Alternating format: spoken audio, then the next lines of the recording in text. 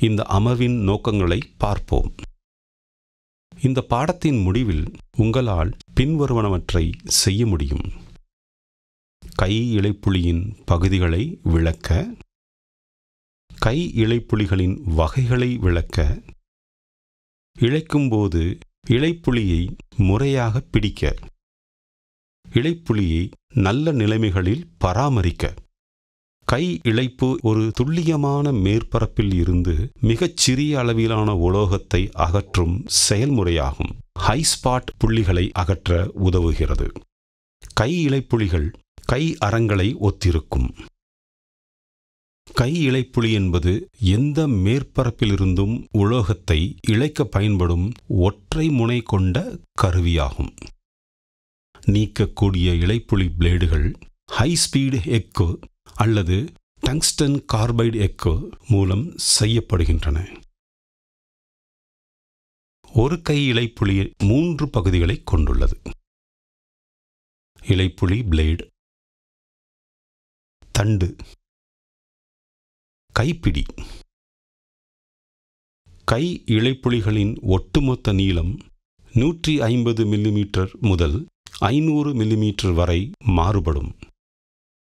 இழைப்பதில் உள்ள நன்மையான ஒரு விஷயம் என்னவென்றால், நகர்த்த முடியாத கனமான பனிப்பொருட்களிலும் கருவியை நகர்த்த முடியும். பயன்படுத்தப்படும் 2 வகையான இலைப்புலிகள்: தட்டையான மேற்பரப்புகளை இழைப்பதற்கு, வளைந்த மேற்பரப்புகளை இழைப்பதற்கு. தட்டையான மேற்பரப்புகளை இழைப்பதற்கு பெரிய தட்டையான மேற்பரப்புகளை இழைக்க தட்டையான இலைப்புலி பயன்படுத்தப்படுகிறது. வெட்டு விளிம்பு 3 மில்லிமீட்டர் தடிமன் கொண்டது. ஒரு குவிந்த வடிவத்தில் இருப்பது போல வட்டமானது. ஹூக் இலைப்புலி தட்டையான இலைப்புலி போன்றது, ஆனால் அதன் கூர்முனை 90 டிகிரி கோணத்தில் வளைந்திருக்கும். தட்டையான இலைப்புலியை பயன்படுத்தி வசதி இல்லாத இடங்களில் அவை இழைப்புக்கு பயன்படுத்தப்படுகின்றன. பெரிய தட்டையான மேற்பரப்புகள் வளைந்த மேற்பரப்புகளை இழைக்க இரட்டை கைப்பிடிகள் கொண்ட இலைப்புலி பயன்படுத்தப்படுகிறது.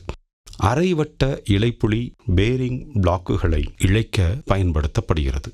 3 ஸ்கொயர் அல்லது முக்கோண இலைப்புலி சிறிய விட்டம் கொண்ட துளைகள் துல்லியமான துளைகளின் விளிம்புகளில் பிசிறு அகற்றுவதற்கு பயன்படுத்தப்படுகிறது. புல்நோஸ் இலைப்புலிகள் காளையின் நாசியைப் போலவே இருக்கும். இது பெரிய பியரிங்களை இழைக்க பயன்படுத்தப்படுகிறது. இழைக்கும் போது இலைப்புலியை எவ்வாறு சரியாக பிடிப்பது? ஒரு தட்டையான இலைப்புலியில் இலைப்புலியின் கைப்பிடி வலது கையால் பிடித்து தள்ளப்படுகிறது. முன்னோக்கிய வெட்டும் வீச்சை தொடங்கும் போது வலது முழங்கை உடலுக்கு வெளியே வைக்கவும். வெட்டு வீச்சுக்கு பிறகு முழங்கையை உடலை நோக்கி கொண்டு வரவும். பிளேடானது இடது கையால் வழிநடத்தப்பட்டு கீழே அழுத்தப்படுகிறது.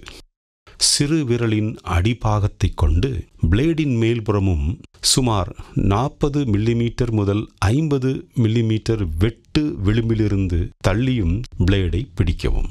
சிறு விரலையும் 2வது விரலையும் பிளேடை சுற்றி லேசாக சுருட்டவும். ஆள்காட்டி விரல் பிளேடை சுற்றி தளர்வாக இருக்கும் மற்றும் கட்டை விரல் பிளேடின் மேல் மற்றும் அதற்கு செங்கோணத்தில் இருக்கும். சராசரி கடினத்தன்மை உலோகங்களுக்கு மேற்பரப்பில் சுமார் 30 டிகிரி கோணத்தில் இலைப்புலியை பிடிக்க வேண்டும்.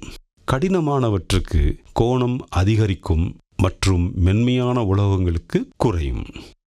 ஒரு திசையில் இழைப்பு செய்து மேற்பரப்பு தட்டில் சோதனை செய்த பிறகு இழைக்கும் திசையை 90 டிகிரிக்கு மாற்றவும்.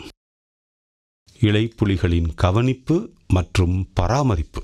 இலைப்புலிகள் கூர்மையாக இருக்க வேண்டும். கையாளுவதற்கு நல்ல நிலையில் வைத்திருக்க வேண்டும். வெட்டு விளிம்பை ரப்பர் அல்லது தோல் உறை கொண்டு மூடவும். அரிப்பை தவிர்க்க உபயோகத்துக்கு பிறகு வெட்டு விளிம்பில் கிரீஸ் தடவுங்கள். இலைப்புலி பெஞ்சிலிருந்து கீழே விழக்கூடாது. இதனை பிற கருவிகளுடன் கலக்க வேண்டாம்.